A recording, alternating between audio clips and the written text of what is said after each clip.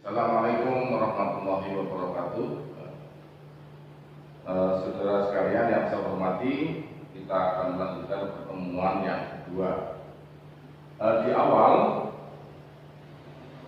ketika kita mengkaji hukum publik Islam atau fikih jinayah, kita ulangi lagi apa yang dimaksud dengan jinayah. Jinayah itu kita sedang membicarakan hukum publik Islam atau tindak pidana. Kemarin kita sudah jelaskan bahwa apa yang dimaksud dengan jinayah. Jinayah itu adalah fi'lun muharramun syar'an sawaun waqa'al fi'lu ala nafsin au malik au ghairi. Jadi jinayah itu adalah tindak pidana, perbuatan yang dilarang atau diharamkan oleh syara untuk dilakukan, baik yang berkaitan dengan larangan terhadap jiwa, larangan yang terkait dengan masalah harta, ataupun yang lain dari itu. Nanti saudara ketika membaca kitab, sering ditemukan istilahnya itu bukan jinayah tetapi jarimah. Jarimah itu muradif sinonim. Apa yang dimaksud dengan jarimah? Jarimah ini juga masuk dalam kategori verbal noun atau masdar atau kata benda yang artinya perbuatan salah, perbuatan dosa, kriminal atau tindak pidana. Nah, jarimah di sini pengertiannya mahduratun syar'iyyatun jazakallahu ta'ala anha bi hadin au ta'zir. Jadi jarimah ini ya perbuatan pidana, tindak pidana, larangan-larangan syariah yang ketika dilakukan Allah akan memberikan suatu sanksi atau balasan. Berupa apa balasannya? Hukuman had atau hukuman ta'zir. Itu yang minggu kemarin kita jelaskan. Oke, next pertanyaannya begini. Kapan sih tindak pidana itu dalam Islam itu ada? Atau sering ditanyakan oleh dosen, kapan peristiwa pidana itu ada dalam Islam? Tentu saudara akan memberikan jawaban kapan sih? Kapan di sini bukan berarti waktu ya, tapi bagaimana suatu peristiwa pidana itu dianggap ada dan sempurna di dalam Islam. Jawabannya, perbuatan pidana, tindak pidana ada itu ketika perbuatan seseorang itu telah memenuhi unsur-unsur tindak pidana. Maka yang kita jelaskan pada pertemuan ini konsentrasinya pada ma'arkanul jarroti. Apa sih unsur-unsur tindak pidana dalam Islam? Jadi perbuatan pidana tidak bisa semata ada. Tidak bisa orang terus, ini salah, perlu dihukum, tidak. Maka di dalam kajian hukum pidana itu ada tiga topik yang tidak bisa dipisahkan. Apa? Yang pertama tindak pidana itu sendiri, kemudian yang kedua adalah pertanggungjawaban pidana, dan yang ketiga adalah pidana. Maka kajian itu adalah include, tidak bisa dipisahkan. Jadi, lalu ketika ditanya yang pertama, kok tindak pidana Pak? Ya, kapan tindak pidana itu ada? Dalam Islam itu ketika perbuatan dikatakan masuk dalam jarimah ketika sudah terpenuhi unsur-unsur tindak pidana. Unsurnya apa saja Pak? Unsur tindak pidana dalam Islam secara umum dibagi menjadi dua. Yang pertama adalah ar-ruknul amr lil jarimah. Unsur yang bersifat umum. Ingat-ingat unsur yang bersifat umum. Yang kedua, unsur yang bersifat khusus, ar-ruknul khassah lil jarimah. Bedanya apa unsur yang bersifat umum dan unsur yang bersifat khusus? Tolong dibedakan nanti ya. Unsur yang bersifat umum itu syarat-syarat yang dimiliki untuk semua tindak pidana. harus ada. Jadi ingat, semua tindak pidana memerlukan syarat, memerlukan rukun ini. Semuanya, ya. Maka unsur umum ini terdiri dari 3 komponen. Yang pertama, unsur umum itu harus memuat, yang pertama disebut ar-ruknus syar'i. Dalam hukum konvensional disebut unsur formil. Harus ada unsur formil. Apa yang dimaksud dengan unsur formil? Unsur formil itu setiap perbuatan pidana harus ada ketentuan undang-undang. Nah, maka ketika saudara belajar hukum pidana di dalam pasal 1 ayat 1, di situ ada ketentuan asas legalitas. Apa artinya asas legalitas? Unsur formil, suatu perbuatan tidak boleh dipidana kecuali perbuatan itu telah diatur sebelum diatur oleh undang-undang, sebelum perbuatan dilakukan. Nah, jadi harus adanya undang-undang. Ya. Misalnya saudara masuk kelas, ketika saudara tidak pakai sepatu, saudara merasa salah atau tidak? Jawabannya salah. Kenapa maksud salah? Karena sudah ada tata tertib undang-undang yang mengatur tidak boleh pakai sepatu. Maka ketika saudara tidak pakai sepatu, boleh disalahkan. Kenapa? Karena ada unsur formil, ada aturan yang mengatur. Saya kasih contoh lagi, ketika saudara masuk kelas, ini ada sudah mahasiswa. Nah, dulu ketika di tingkat SLTK harus pakai uniform, seragam. Sekarang kenapa tidak pakai seragam? Tidak pakai seragam salah tidak? Tidak salah Pak. Kenapa? Karena tidak ada aturan yang menyatakan kalau saya tidak pakai seragam salah, tapi kalau tidak pakai sepatu salah. Maka di sini saudara bisa terpenuhi unsur yang pertama, adanya undang-undang yang mengatur perbuatan tidak boleh dilakukan atau harus dilakukan. Nah, ketika adanya perbuatan yang dilarang, adanya undang-undang, apa otomatis ada tindak pidana? Oh belum. Kenapa? Karena belum terpenuhi unsur berikutnya. Kalau sudah ada aturan yang mengatakan perbuatan tidak boleh dilakukan atau harus dilakukan, belum bisa dikatakan ada tindak pidana, terpenuhi unsur umum. Harus ada yang kedua, namanya ar-ruknul materi. Ini yang disebut dengan unsur materi. Unsur materi itu apa Pak? Nah, kalau bahasa sederhana, adanya perbuatan yang melanggar undang-undang. Ya. Mencuri dilarang nggak? Oh, dilarang oleh undang-undang. Membunuh dilarang nggak? Dilarang oleh undang-undang. Wala taqtulun nafsa allati haramallahu illa bilhaq. Tapi ada nggak kejahatan pembunuhan? Nggak ada. Kenapa? Karena nggak ada pelakunya Pak. Nah, maka di sini ada istilah unsur materi. Apa? Adanya perbuatan yang melawan hukum, namanya qasdul jinai.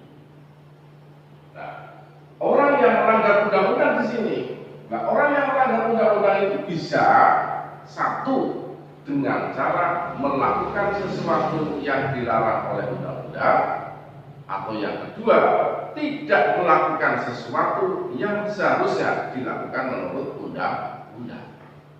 Maka istilah delik positif, ada delik negatif. Dalam pembagian juga nanti ada istilah dilihat dari sikap berbuat orang itu aktif atau pasif. Contohnya apa? Ketika undang-undang melarang, ya, misalnya wala taqrabu zina innahu kana fahisatan wa sa'a sabila. Undang-undang melarang, salah melarang. Apa? Dilarang berbuat zina. Ketika ada orang berbuat zina, maka dia namanya aktif melakukan perbuatan yang dilarang oleh undang-undang. bisa terjadi pasif, deliknya namanya negatif. Apa? Ketika seseorang tidak melakukan sesuatu yang seharusnya dilakukan menurut undang-undang. Misalnya apa? Undang-undang mewajibkan warga negara harus membayar pajak. Ketika seseorang tidak membayar pajak, dia melakukan perbuatan melanggar undang-undang. Jadi ada undang-undang dulu, kemudian ada orang yang melakukan. Nah, kemudian apa otomatis ada tindak pidana? Belum. Nah, didengar, ada tindak pidana juga ada pertanggungjawaban pidana. Orang dilarang membunuh, ada orang yang membunuh Pak, menghilangkan nyawa orang lain. Apa otomatis ada tindak pidana? Belum. Dilihat dulu, namanya unsur yang ketiga disebut ar-ruknul adabi atau unsur moral. Nah, unsur moral ini apa? Unsur moral ini namanya moral hukum yang harus ditegakkan. Apa maksudnya? Di sini ada pertanggungjawaban pidana. Dilihat, ini ada larangan pencurian, ada dalam undang-undang. Ada ternyata orang mencuri, Pak. Iya. Langsung dihukum? Tidak. Lihat dulu, namanya unsur moral. Apa di sini dikatakan unsur moral? Apakah orang yang melanggar undang-undang bisa dimintai pertanggungjawaban pidana atau tidak? Oh ternyata dilihat. Oh ternyata pelakunya orang gila. Karena apa? Bila tidak memenuhi persyaratan perundang-undangan untuk dimintai pertanggungjawaban pidana. Ternyata pelakunya ada unsur paksaan. Pelakunya itu melaksanakan perintah undang-undang. Nah, maka nanti ada kaitannya dengan asas legalitas. Nah, dilarang mencuri pada orang mencuri, dia dulu pelakunya, ternyata pelakunya orang gila, maka orang gila itu dalam undang-undang tidak bisa dimintai pertanggungjawaban pidana karena dia tidak cakap atau tidak sehat. Maka perbuatan ini walaupun salah tidak bisa dipidana. Kenapa? Karena orang gila itu melakukan perbuatan dianggap tidak cakap atau tidak berakal, maka orang gila ini perbuatan salah tapi dimaafkan oleh undang-undang. Atau kan dilarang membunuh Pak, menghilangkan nyawa orang lain dan ada pelakunya. Nah, ternyata pelakunya itu melaksanakan perintah undang-undang. Misalnya hakim memberikan putusan bahwa terpidana dijatuhkan hukuman mati. Nah, dijatuhkan hukuman mati. Maka jaksa memerintahkan kepada eksekutor pada saat pelaksanaan pada brimob misalnya, eksekutor harus menghukum mati. Padahal menghilangkan orang lain dilarang oleh undang-undang. Tapi eksekutor itu melaksanakan perintah undang-undang. Maka orang itu tidak boleh dipidana karena apa? Karena berdasarkan unsur moral orang itu melaksanakan perintah undang-undang atau alasan syariat, tidak dipidana, bukan dimaafkan, tapi dia melakukan perbuatan sekalipun melanggar hukum dibenarkan oleh undang-undang. Oke. Nah, ketika saudara sudah melihat unsur yang bersifat umum, ini kalau di dalam proses peradilan hakim masih bingung. Kenapa bingung? Karena unsur umum itu belum bisa mengklaserkan kira-kira perbuatan pidana itu masuk dalam kategori yang mana. Nah, maka di dalam hukum pidana Islam di samping unsur yang bersifat umum yang memenuhi unsur formil, unsur material dan unsur moral, harus dilihat unsur yang bersifat khusus. Nah, unsur yang bersifat khusus itu apa? Bedanya dengan umum. Kalau umum unsur ini semua ada di dalam semua peristiwa pidana. Tindak pidana harus ada 3.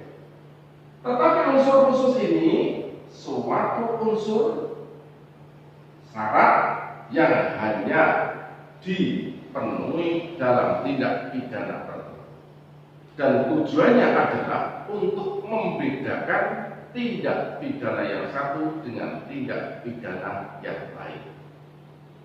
Misalnya, contoh yang paling gampang, di dalam Quran itu ada ketentuan, ya ayyuhalladzina amanu la taqulu amwalakum bainakum bil batil. Tidak boleh memakan harta sesamamu dengan cara batil. Nah, sekarang ketika ada orang yang mengambil hak dia atau merampas harta, bisa nggak diketahui tindak pidana? Oh, tidak bisa. Supaya bisa, harus ada ketentuan khusus yang melekat pada tindak pidana. Misalnya, sama-sama ngambil harta. Nah, ada orang mempunyai harta di dalam rumah, kemudian ditinggal tidur, bangun tidur, kemudian ternyata misalnya laptopnya hilang. Terus dia ngomong sama tetangga atau lapor kepada polisi. Peristiwa itu namanya apa terjadi? Ada kasus di tengah malam. Nah, orang menyebut sama-sama kehilangan harta ya, tapi pada saat itu disebut sebagai peristiwa tindak pidana ada pencurian. Ya. Nah, tapi sama-sama yang diambil laptop. Ya. Di siang hari terjadi peristiwa ini, ada toko elektronik. Kemudian kawanan penjahat masuk semua, laptop semua diambil, penjaganya dipaksa untuk berlutut. Nah, maka yang saudara katakan peristiwa itu sama-sama yang diambil adalah laptop, tapi saudara tidak mengatakan ada pencurian, tapi yang disebut ada istilah perampokan. Maka untuk mengatakan hukum bahwa adanya peristiwa tindak pidana pencurian dan perampokan dilihat unsur yang bersifat khusus. Apa yang bersifat khusus di sini? Kalau pada tindak pidana pencurian, materinya berbeda dengan perampokan. Materinya apa? Unsur yang melekat pada tindak pidana pencurian karena ada unsur pengambilan harta secara diam-diam. Maka ini namanya pencurian. Kalau pengambilan harta secara terang-terangan, namanya bukan pencurian, tapi namanya perampokan. Nah, inilah yang membedakan antara tindak pidana satu dengan tindak pidana yang lain. Harus dilihat dari unsur yang bersifat khusus. Nah, jadi peristiwa pidana ada di dalam Islam ketika perbuatan itu telah terpenuhi unsur-unsur yang bersifat umum, unsur yang bersifat khusus. Yang bersifat umum, saya ulangi lagi, harus ada unsur formil, undang-undang yang mengatur sebelum perbuatan dilakukan. Ada orang yang melanggar undang-undang, perbuatan itu bisa dimintai pertanggungjawaban pidana. Apa artinya? Pelakunya dewasa, berakal, tidak dalam keadaan terpaksa, dan ada pilihan untuk berbuat atau tidak berbuat. Lalu dilihat juga unsur yang bersifat khusus, di mana unsur itu ada pada tindak pidana tertentu dan untuk membedakan tindak pidana satu dengan tindak pidana yang lain. Nah, jadi demikian penjelasan singkat tentang unsur-unsur tindak pidana dalam Islam. Demikian, semoga bermanfaat. Kurang lebihnya mohon maaf. Assalamualaikum warahmatullahi wabarakatuh.